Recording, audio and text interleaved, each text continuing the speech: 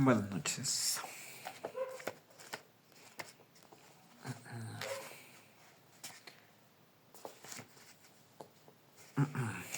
Capítulo 4. Un viejo callado y un joven parlanchín. Aun cuando alguien tiene muchos amigos, suele haber entre ellos unos pocos a los que se quiere todavía más que a los demás. También en el caso de Momo era así.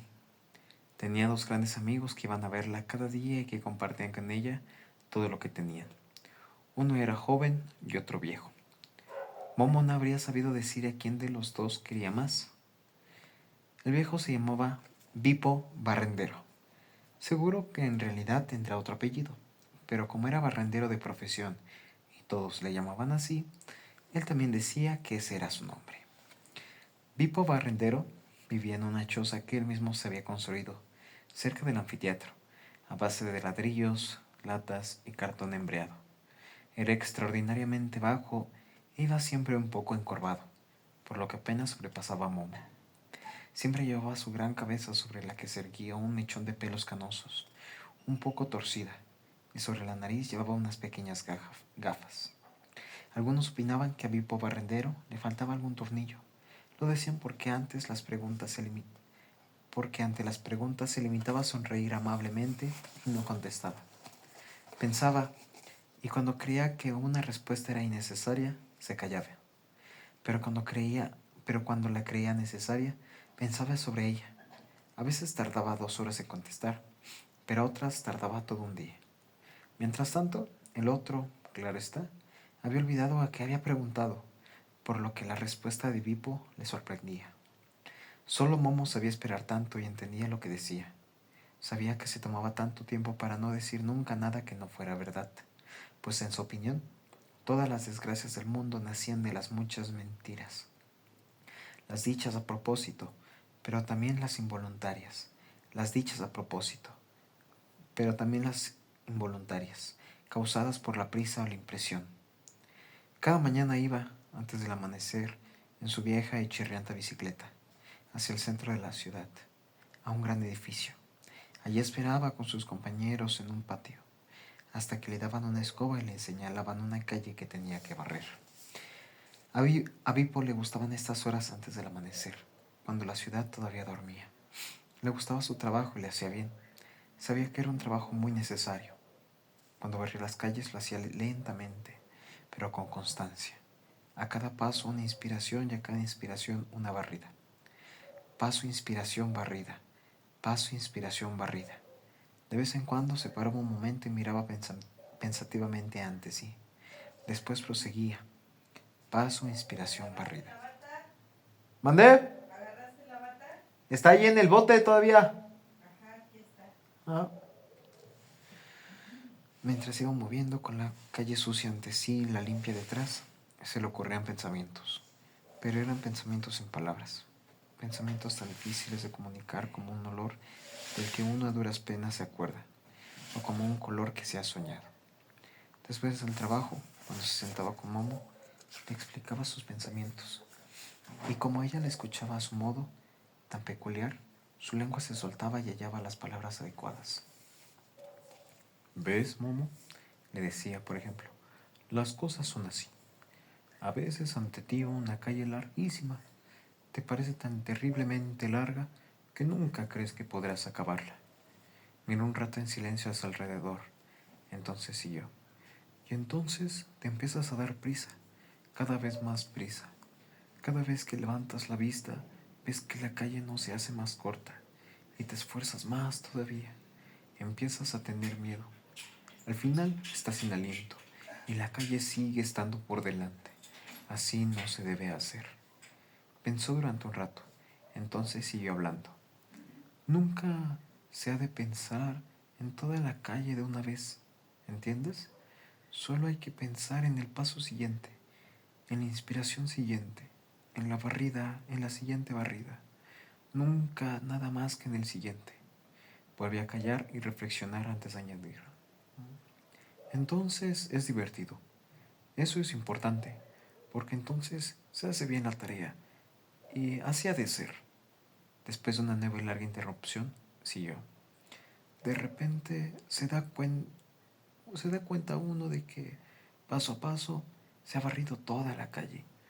Uno no se da cuenta cómo ha sido y no está sin aliento. Asintió en silencio y dijo, poniendo punto final: eso es importante. Otra vez se sentó al lado de Momo, callado, y ella vio que estaba pensando y que quería decir algo muy especial. De repente, él la miró a los ojos y le dijo: nos he reconocido. Pasó mucho más rato antes de que continuara con voz baja. Eso ocurre a veces, a mediodía, cuando todo duerme en el calor. El mundo se vuelve transparente, como un río. ¿Entiendes? Se puede ver el fondo. Asintió y calló un rato, para decir en voz más baja: hay allí otros tiempos, allí al fondo. Volvió a pensar un buen rato, buscando las palabras adecuadas, pero pareció no encontrarlas, pues de repente dijo con voz totalmente normal: hoy estuve barriendo junto a las viejas murallas. Hay allí 5 sillares de otro color. Así, ¿entiendes? Y con el dedo dibujó una gran T en el suelo. La miró con la cabeza torcida y de repente murmuró: las he reconocido, las piedras. Después de otra interrupción siguió a empellones: esos eran otros tiempos, cuando se construyó la muralla.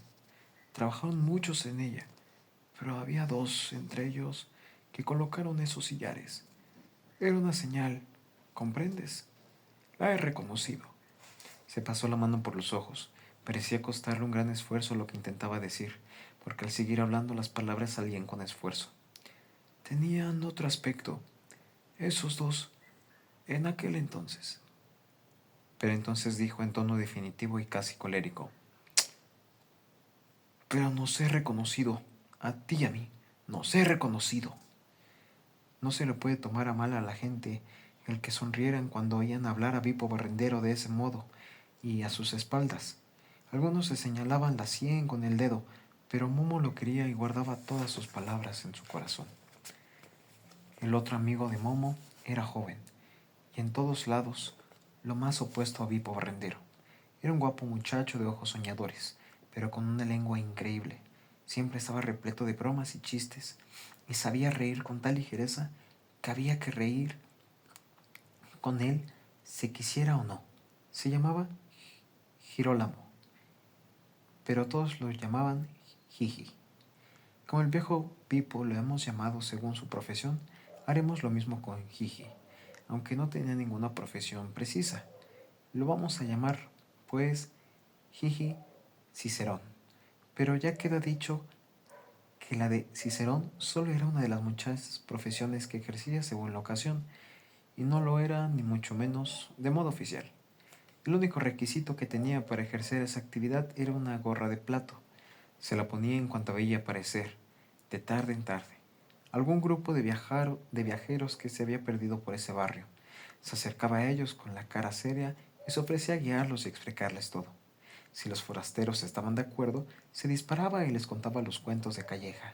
Punteaba su relato de acontecimientos, nombres y fechas inventados, de tal manera que los pobres oyentes quedaban totalmente confusos.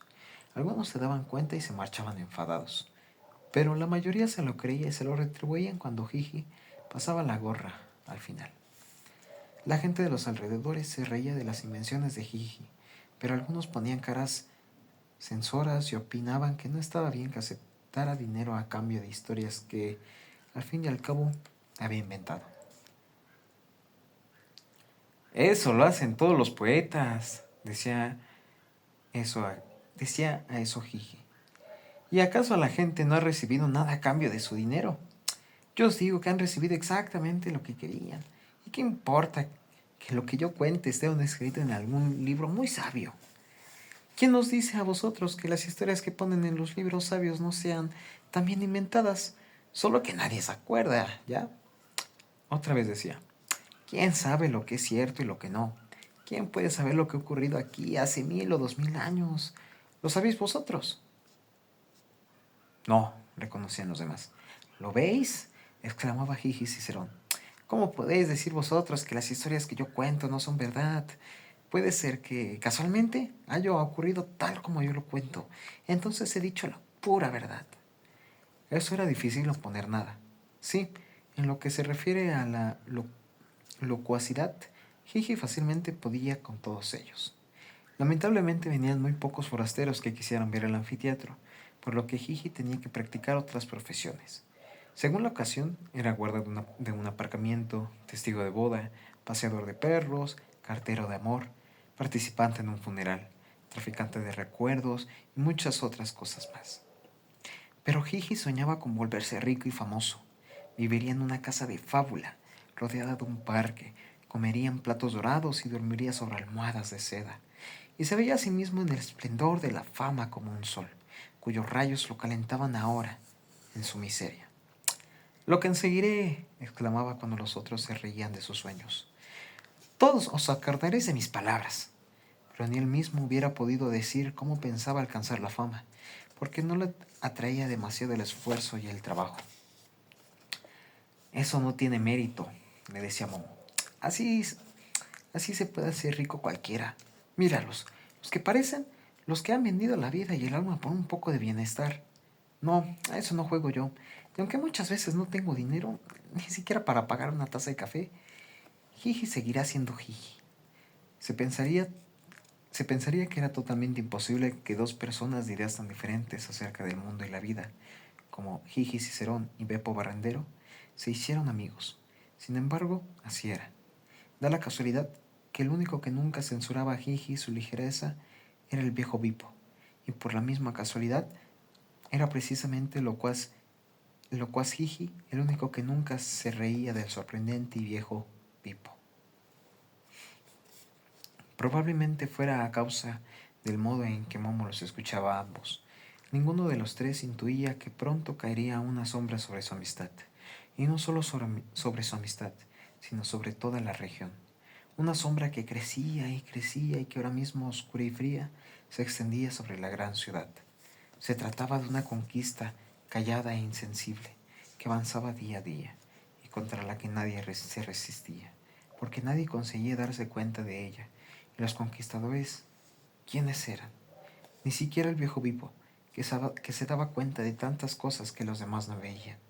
Observaba a los hombres grises que recorrían, incansables, la ciudad y parecían estar siempre ocupados. Y eso que no eran invisibles, se les veía y no se les veía. De algún modo misterioso, de algún misterioso modo eran capaces de pasar desapercibidos, de manera que no se les observaba o se volvía a olvidar. Enseguida, su aspecto. Así podían operar en la clandestinidad precisamente porque no se ocultaban.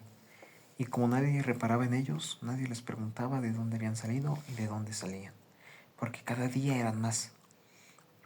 Circulaban por las calles en elegantes coches grises, entraban en todas las casas, se sentaban en todos los restaurantes.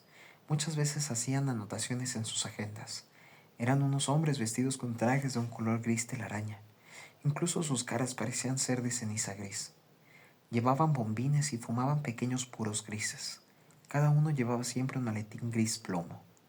Tampoco Gigi Cicerón había notado que varias veces algunos de esos hombres grises habían estado cerca del anfiteatro y habían apuntado muchas cosas en sus agendas. Solo Momo había observado que una tarde habían aparecido sus oscuras siluetas por el borde superior del anfiteatro. Se habían hecho señas los unos a los otros y después se habían reunido a discutir. No se había oído nada, pero Momo, de repente, había sentido un frío muy especial, como no lo había notado nunca antes. No le sirvió de nada que se arrebujara más estrechamente en su gran chaquetón, porque no era un frío normal. Después, los hombres grises habían ido de nuevo y no habían vuelto a aparecer. Esa noche, Momo no había podido oír, como otras veces, la música callada y poderosa, pero al día siguiente, la vida había continuado como siempre, y Momo no volvió a pensar en los curiosos visitantes. También ella los había olvidado. Y así termina el capítulo 4. Te amo mucho, corazón.